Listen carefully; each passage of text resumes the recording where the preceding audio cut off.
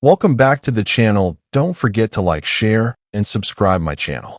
Today we are explore how to create a business event highlight using Posterize in Photoshop.